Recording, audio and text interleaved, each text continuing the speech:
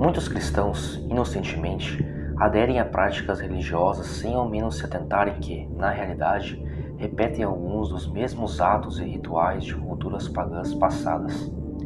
A comemoração do Natal e o culto à sua árvore são exemplos de como muitos conseguem ser iludidos pela sociedade contemporânea. Para falarmos do Natal, é preciso voltar ao tempo de Noé, após o dilúvio.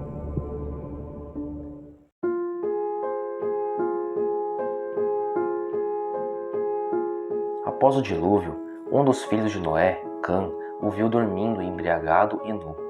Ele começou a rir de seu pai por conta de seu estado e correu para contar aos seus outros 2 irmãos, Sem e Jafé. Estes, ao contrário, foram de costas e cobriram a nudez do pai. Noé, quando soube do acontecido, amaldiçoou seu filho Cã para que este e seus descendentes servissem a seus outros 2 filhos. E toda a geração após ele tornou-se amaldiçoada.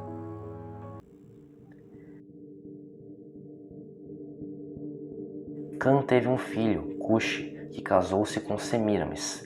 Esta é a mulher da nota de 1, 2, 5, 10, 20, 50 e 100 reais. A mulher da Estátua da Liberdade, a mulher da Balança da Justiça, da Columbia Pictures, etc. Ambos geraram um filho, Nimrod. Ele matou seu pai Cuxi e casou-se com sua própria mãe. Nimrod foi fundador da Babilônia, Nínive e outras cidades pagãs. Tentou construir a Torre de Babel, porém Deus o impediu.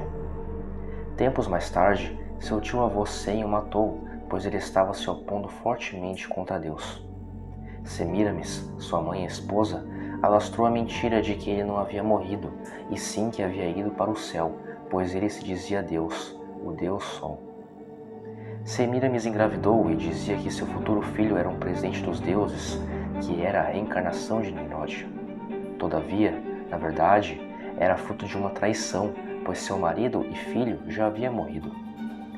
E nasceu Tamuz, convertendo para o calendário gregoriano no dia 25 de dezembro, Deus Sol dos egípcios, babilônicos, gregos, persas, romanos e, hoje, das SS, sociedades secretas. Tamuz morreu durante uma caça, provavelmente por um animal selvagem, e seu corpo ficou caído sobre um tronco apodrecido de uma árvore. Sua mãe dizia que neste tronco nasceu um pinheiro, e todos os anos, no dia 25 de dezembro, era comum as pessoas levarem um pinheiro para dentro de suas casas e o adornarem com ouro e prata, como símbolo de renascimento de Tamuz. As sacerdotisas jejuaram e choraram por 40 dias e 40 noites a morte de Tamuz, ao pé do pinheiro, e, no final desse período, agradeceram umas às outras fazendo trocas de presentes, os quais eram depositados aos pés do pinheiro. Todos os anos, no dia 25 de dezembro, era comemorado o Natal, nascimento de Tamuz. Quando os persas dominaram essa região, a Mesopotâmia, levaram todas as idolatrias para a Pérsia, inclusive os deuses Tamuz, Nimrod e Semíramis, os quais apenas mudaram seus nomes. O domínio, em seguida, passou para os gregos e estes tomaram a mesma atitude, mudando apenas os nomes, passando a chamá-los de Zeus, Afrodite e Eros. Em seguida, os egípcios dominaram a Mesopotâmia e igualmente mudaram os nomes, passando a se chamarem de Osíris, Ísis e Horus. Já nos tempos de Jesus, o domínio era romano e Roma também mudou os nomes.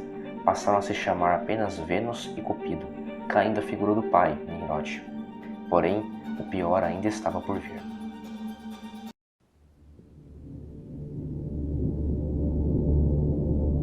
No século IV d.C., o imperador bizantino romano Constantino, para agradar aos cristãos que cresciam cada vez mais em seu império, decidiu oficializar o cristianismo como religião oficial do Império Romano do Oriente. E para agradar ainda mais a eles, trouxe os nomes mais fortes dentro do cristianismo e passou a chamar os ídolos por nomes cristãos. Tamuz e Semíramis passaram a se chamar Menino Jesus e Virgem Maria. Assim, o Natal continua a ser comemorado como sendo o nascimento do menino Jesus, mas, na verdade, esse menino seria Tamuz, o deus pagão. E assim, este Natal, que parece não ser mal, por trás de todo o consumismo atual, está o paganismo e a influência do maligno.